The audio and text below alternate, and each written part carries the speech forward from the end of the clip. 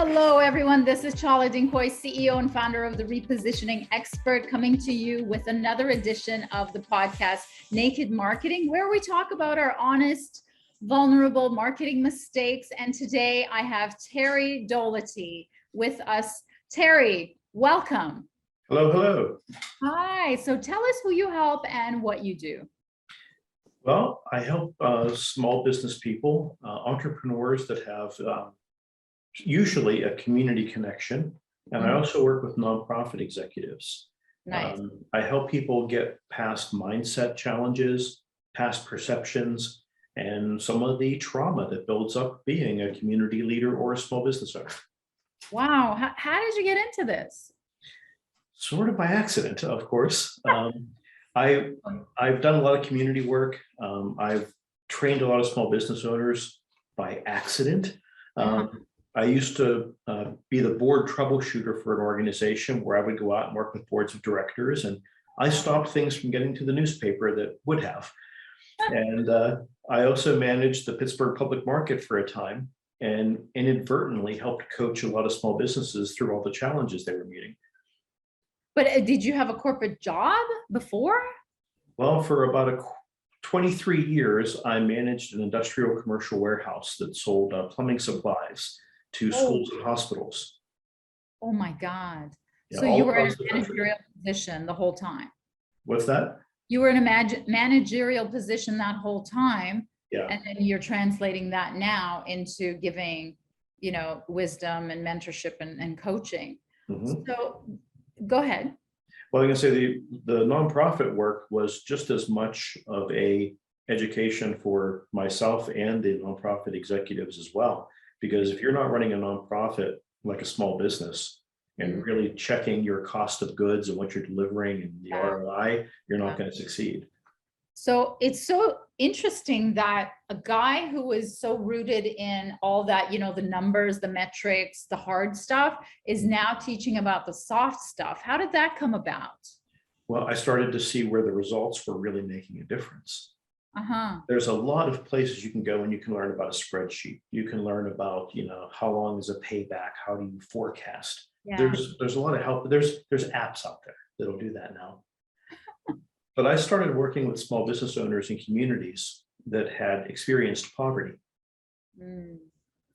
You can't charge what you need for your business to be sustainable if you have a bad relationship with money. Yeah.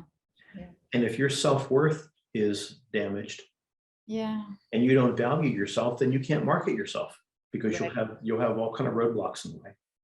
Wow. So I started to see that when you worked on the human side, the results were bigger than working on the metric side. So I'm just curious, how do you go get clients? I mean, this is a show about marketing. So how do they come to you? Or, aside from word of mouth, obviously you've built 28 years of a career, but other than that, how do you get them? Well, I do have to say word of mouth has been fantastic. And really it's someone it's the warmest call you could ever have because you've been pre-vetted by someone. Sure. I have to say Google has been fantastic, claiming my Google page and getting my 13th 5-star review out there. Okay. That made a hell of a difference. That's amazing. So I've never really met a coach that has a Google review. That's hilarious. Google reviews are for restaurants and for plumbers. Yeah, I'm on my 13th 5-star review at this point. That's wonderful. And I always was asking clients to give me reviews on LinkedIn. But sorry, the greatest thing, I eventually over time, I broke down and I have a whole team now of people that help me to keep this thing running. I had someone else send out the request for testimonials and the request for reviews, and people felt more open to give it than me asking directly. Yeah, because there's services. There's actually companies that do that. I don't know if you engaged one or you have someone internally to do that, but that's fabulous. Now, what keywords would they be looking for? Well, stuck. Okay. What were some? Stuck, anxiety, stressed. But there's nothing about business or CEO or anything? Well, Because there's actually a lot of words about leadership. okay, right. So they actually go together because then you could have like prenatal moms calling you. Well, the nonprofits that I've worked with are everything from daycare Uh-huh. to food rescue to veterans. And it's been really interesting. I work for a number of different foundations, and they pay for me to go into communities that have traditionally experienced poverty. Right. And I work on those mindset challenges and get the small business owners to the point where they can earn enough money to start building intergenerational wealth. Wow. I mean, it's amazing because I had to pay hundreds and thousands of dollars to coaches to get me out of my immigrant, Chala Dincoy immigrant name, my immigrant background to get over that mindset. So it's amazing. Did you have to learn from someone, or did you just learn it by reading or by osmosis, or were you just born that way? I had to make a ton of mistakes. Hmm. And I had to look at the different times in my life when I undervalued myself, when I Right. sold myself short, when I put barriers in my own way and said, that's for other people, that's not for you. Hmm. And as I started to move forward in helping other people, I started to see all the parallels. Hmm. And I started to see that when you have that issue in your corporate job, it's a problem about that big. When Right. you're out there trying to run a business, that Yeah. problem is now that Yeah. big. Exactly. I know exactly what you mean. Yeah, So because I became my own case study. And over the decades, as I've gotten myself out of my own way, yeah, it has helped me to have firsthand experience to get the clients out of their way. absolutely. Now, because you specialize in that stuck anxiety, all those, hot words, what happened to the business during COVID? It either exploded or, people retreated. What happened to you? I got busier. Right. Because of those words, right? Yeah, I actually launched a curriculum that was called Leadership Resiliency. Right. And a lot of people were trying to, they were just behind everything. Yeah. They were trying to solve problems after they occurred. Yeah.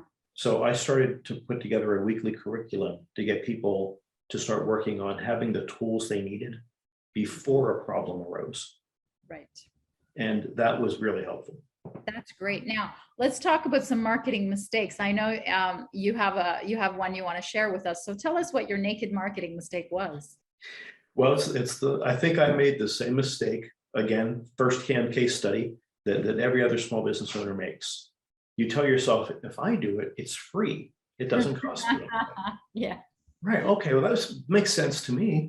Yeah. So I tried to do all my Facebook, my LinkedIn. I tried to do my, all the little things out there. I tried to do it myself Wow. with no SEO background to it, no nothing. And I went out and I built my own webpage, and it really sucked. Oh. So So what eventually, happened? Like what happened to the business? How did you learn not to do that? What happened? well, what happened from the marketing side was absolutely nothing. Zero. Who Mhm. said, right? Yeah. Yeah. So I noticed that my word of mouth was getting me by, but that wasn't how I was going to grow. And my clients, again, upstream and downstream mentoring. I'm looking at the money my clients are spending on their websites, and it's like, okay, okay, okay. So I reached out to an acquaintance of mine that we both facilitate small business owner meetings, and he happens to run a marketing company. Right. And I went out and I had a coffee with him, and it was like, love to work with you. And he goes, yeah, we can probably get something off the ground for, yeah, maybe about 10 grand or so. And I did Yeah. but I said, you know what, I'm going to invest in myself. Good for you. Good for you. So I put the money out there. Harold, big shout out to Harold. He brought on his team of the SEO guy, the web hosting guy, Right. ghostwriter, Right. behind the scenes, everything. Very cool. And the bossconsulting.biz website came to life, Mhm. and we're doing fresh content every week on the blog. We've got Instagram going, Facebook going. I'll be launching a private Facebook group this year before the end of the year. Nice. And yeah, we've now that I have the team in place, Yeah. I just, of course, tell myself I should have spent the marketing money earlier. Well, that is a good lesson learned. Thank you so much. Now, what final parting advice do you have about marketing? Get somebody outside of your own head to look at what you're doing. Got it. You need somebody who is an impartial observer to tell you that product line is profitable, that service is profitable. Stop doing that. Yeah. And you need that outside expert, and you need somebody who is not attached to it to give you that diagnosis Yeah. of where you need to put your efforts and where you need to put your money. I love that. That is excellent advice. Now, where could people reach you, Terry? Well, you can find me at bossconsulting.biz. You can find me on LinkedIn and on Facebook and on Instagram. You can follow me as the Accidental Entrepreneur. Very nice. Love that name. Thank you so much for being a guest, Terry. Glad to, and great show. I've been enjoying your YouTube videos, and I'm going to continue to enjoy them. Thank you.